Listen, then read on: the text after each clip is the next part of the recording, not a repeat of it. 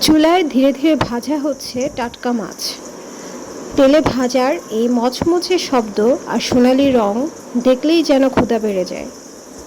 সাধারণ একটা রান্নার মুহূর্তও কতটা সুন্দর হতে পারে, তাই না? গরম ভাতের সঙ্গে এমন মচমচে মাছ ভাজা একবারে ঘরের স্বাদ। রান্না শুধু পেট ভরানোর জন্য নয়, পরিবারের জন্য ভালোবাসা দিয়ে কিছু তৈরি করারও একটি সুন্দর অনুভূতি। এভাবেই প্রতিদিনের ছোট ছোট মুহূর্তগুলো জমে উঠে সুন্দর স্মৃতিতে। আপনাদের মাছ ভাজা কেমন লাগে কমেন্টে অবশ্যই জানাবেন।